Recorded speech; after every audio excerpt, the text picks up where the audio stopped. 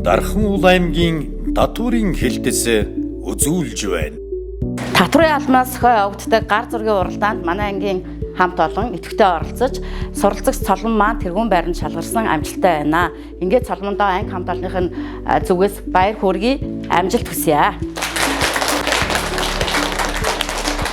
Сайн байна уу? Дархан Уул аймгийн оюуны радио цогцлбор сургуулийн уран цэцэг багштай 4-3 ангийн сурагч П Цолмон байна. Жил болгон татвар төлөгчдийн өдрүүдээр сурагчдын дунд зохион байгуулагддаг захин дотор бидний сэдвээр гар зургийн уралдаанд оролцож тэргүүн барьжсандээ баяртай байна.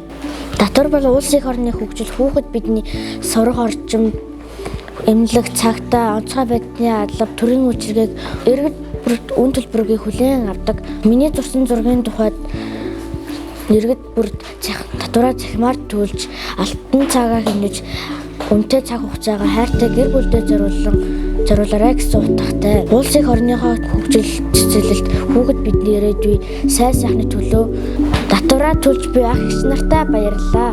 Татвар төлөгчдийн өдрийн баярын мэндийг хүргэе.